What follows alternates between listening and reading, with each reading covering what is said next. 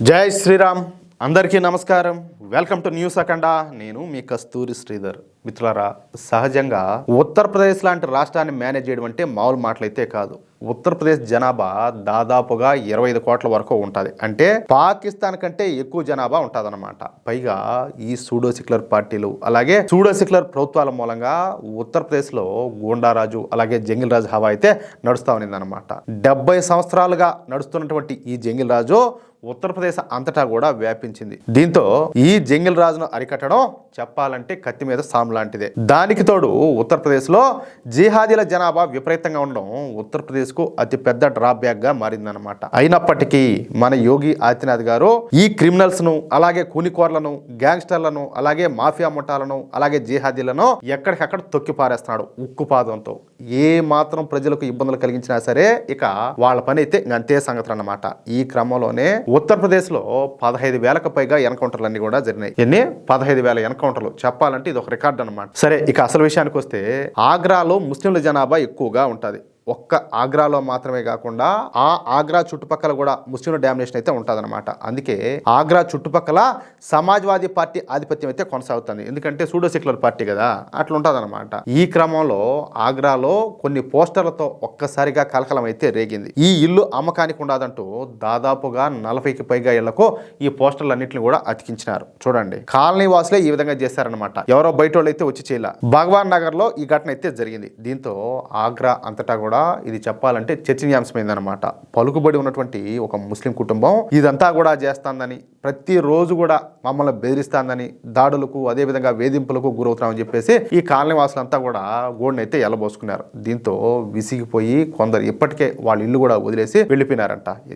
కాదు మనం ఏ జనరేషన్ లో ఉన్నాము, కాదు ఎట్టి పరిస్థితులు ఎట్లున్నాయి, టెక్నాలజీ ఎట్లున్నది, అందులో నువ్వు ఏదన్నా స్టేట్ అన్న అయితే అదొక రకం. అందులో యోగి ఆదిత్యనాథ్ పాలనలో యూపీలో ఏంది దారుణం, వాళ్ళ దెబ్బకు భయపడిపోయేది ఏంది, మనోళ్ళు ఇల్లు పెట్టిపోయేది ఏంది, మనం ఏమైనా పాకిస్తాన్లో ఉన్నామా?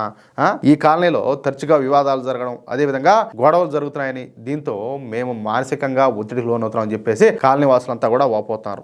దీనిని తట్టుకోలేక చెప్పా కదా, ఇప్పటికే కొన్ని కుటుంబాలు వలస వెళ్ళిపోయాయంట. స్థానికులు చెబుతున్నటువంటి కథన ప్రకారం అక్కడ షాజాద్ అనేటటువంటి జిహాదీ కుటుంబం నివసిస్తుంది. ఆ జిహాదీ కుటుంబం బాగా డబ్బు అదేవిధంగా పలుకుబడి ఉన్నటువంటి కుటుంబం అంట. అయితే షాజాద్ కుమారుడు అయినటువంటి సన్నీ అనేవాడు చెప్పాలంటే పొరంబోక అనమాట, గాలి ముండా కొడుకు. వాడికి చదువు సంధ్య ఏం లే. అందుకే వాడు మరికొంతమంది జిహాదీలని అంటేసుకొని ఆ కాలనీలో తిరుగుతా హిందువులందరినీ కూడా బెదిరిస్తూ ఉంటాడంట. అంతేకాకుండా తరచుగా కాలనీ వాసులతో గోడలకు దిగుతాడని అలాగే శారీరక హింసకు కూడా పాల్పడతాడని చెప్పేసి కాలనీ వాసులంతా కూడా ఓపోతున్నారు. ఈ సన్నీ అనేవాడు కాలనీలోని ప్రజలతో తరచుగా గోడలకు దిగుతూ అలాగే హింసకు పాల్పడుతున్నాడని చెప్పేసి స్థానికులంతా కూడా ఆరోపణలు చేస్తా ఉన్నారు. ఇక్కడ ఇంకొక విషయం చెప్పేదా, వీళ్ళు అంటే మన హిందువులు ఎవరైతే ఉన్నారో ఎన్నిసార్లు పోలీసులు ఫిర్యాదు చేసినప్పటికీ కూడా వాళ్ళు ఎవరైతే నిందితులు ఎవరైతే ఉన్నారో వాళ్ళ మీద ఎలాంటి కఠిన చర్యలు కూడా తీసుకోలేదంట. ఇది ఒక దారుణం అనమాట. అంతేకాకుండా ఈ నెల 2వ తేదీన కాలనీలో ఒక వివాహ వేడుక జరిగిందంట. ఆ సమయంలో ఈ సన్నీ అనేవాడు అక్కడికి పోయి ఇంట్లోకి దూరి ప్రజలు అక్కడ ఎవరైతే ఉన్నారో వాళ్ళ మీద కూడా దాడి చేశాడంట. ఎంత దారుణం చూడు. సరే, ఆ తర్వాత ఆ ఇంట్లో వాళ్ళు ఎవరైతే ఉన్నారో వాళ్ళంతా కూడా ఎదురు తిరగడంతో పరిస్థితి మరింతగా దిగజారిపోయిందంట. స్థానిక కౌన్సిలర్ అయినటువంటి హరిఓం గోయల్ కూడా ఈ సంఘటన అయితే కన్ఫర్మ్ చేశాడనమాట. అవును, ఇదేం అబద్ధమే కాదు, ఇది జరిగింది అని చెప్పేసి. ఆ నిందిత యువకుడు బెదిరి ప్రవర్తనతో కాలనీ వాసులంతా కూడా కొంతకాలంగా ఇబ్బందులు పడుతున్నారని చెప్పేసి చెప్పుకొచ్చారనమాట. ఈ ఘటన జరిగినప్పుడు ఈ సన్నీ అనేవాడు ఒక మహిళ మెడలోని బంగారు గొలుసును కూడా లాక్కోవడానికి ప్రయత్నించాడని చెప్పేసి బాధితులంతా కూడా ఆరోపిస్తున్నారు. అంతేకాకుండా అదే కాలనీకి చెందినటువంటి ప్రీతి అగర్వాల్ మాట్లాడుతా సన్నీ అనేవాడు నాతో కూడా అసభ్యంగా ప్రవర్తించాడు, నన్ను నోటుకొచ్చాడు మాట్లాడినాడు, దీనిపై నేను అభ్యంతరం చెప్పడంతో బలవంతంగా నా ఇంట్లో ప్రవేశించాడు, చివరికి ఏదో విధంగా వాడి నుంచి తప్పించుకొని బయటపడినాను. ఇలాంటి సంఘటనలన్నీ కూడా మాకు సాధారణం అయిపోయినాయి, ఇది ఎప్పుడు కూడా ఇట్లాంటి జరుగుతూనే ఉంటాయి, వాడికి ఇదే పని అన్నట్టుగా అనమాట.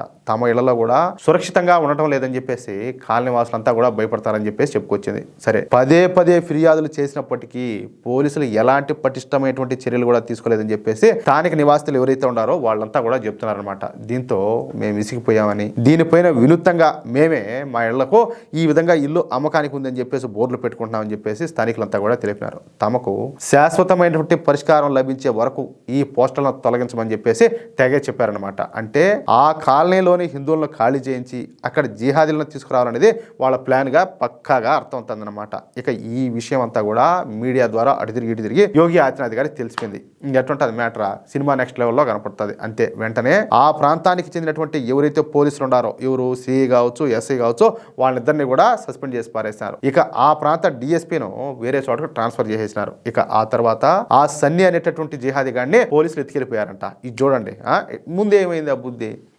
ఒక్క సన్నిగాడిని మాత్రమే కాకుండా వాడి తోటి జిహాదీలను కూడా అరెస్ట్ చేశారనమాట. ఇక సన్నిగాడిని అరెస్ట్ చేసి 3 రోజులు అవుతా కూడా ఇప్పటి వరకు వాడి జాడి మాత్రం తెలియడం లేదంట. అంటే వాడు చిన్నప్పుడు తాగినటువంటి ఆ రూంపాలు కూడా కక్కించేంత వరకు పోలీసులు అయితే ఎరగదీస్తానే ఉంటారనమాట. ఇక ఈ షాబాజ్ గాడికి చెందినటువంటి 3 వ్యాపారాలకు సంబంధించినటువంటి లైసెన్సులను క్యాన్సిల్ చేసి పారేశారు. అంతేకాకుండా వాళ్ళ మొత్తం కుటుంబానికి చెందినటువంటి ఆస్తులన్నింటినీ కూడా స్వాధీనం అయితే చేసుకుంటున్నారు. అంటే ఒక దెబ్బతో ఆ జిహాదీ కుటుంబం ఏదైతే ఉండదో, ఇన్ని రోజులు ప్రజల్ని హింసించి బతికింది కదా, ఆ జిహాదీ కుటుంబం ఏదైతే ఉండదో మొత్తాన్ని కూడా చిల్లి గవ్వ లేకుండా రోడ్డు మీదకి లాగి పారేశారనమాట. అది యోగి ఆదిత్యనాథ్ అంటే. ఈ విధంగా చేస్తే మిగతా జిహాదీలకు కూడా ఒక వార్నింగ్ లాగా ఉంటుందని చెప్పేసి యోగి ప్రభుత్వం అయితే స్పష్టం చేసింది. అది విషయం. మిత్రులారా, చూశారు కదా, యోగి రాజ్యంలో సామాన్యులను ఇబ్బంది పెడితే ఫలితం ఎట్టుంటుందా? అమాయక హిందువుల ఇళ్ల ముందు అమ్మకానికి ఉండదని చెప్పేసి ఈ బోర్డులు రావడానికి కారణమైన వాళ్ళ ఆస్తులకే ఇప్పుడు సీజ్ బోర్డులు అయితే పడినాయన్నమాట. ఇది కేవలం చెప్పాలంటే ఒక ఆరంభం మాత్రమే. ఉత్తరప్రదేశ్లో గోండారాజ్ నడవదని చెప్పేసి